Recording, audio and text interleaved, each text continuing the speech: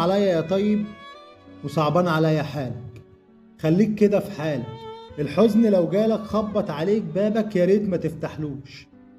لو جالك وبكالك يا ريت ما تسمعلوش. فهمني ليه مش عايز تتعلم؟ ولا انت دي غيتك تبكي وتتألم؟ ما تلومش غير نفسك. ما تلومش غير نفسك، ما انت اللي حاببهم بيكسروا نفسك وفي ده محببهم. طبعك غريب يا طيب. مستني ايه منهم؟ مش الجروح والألم مش برضو جات منهم؟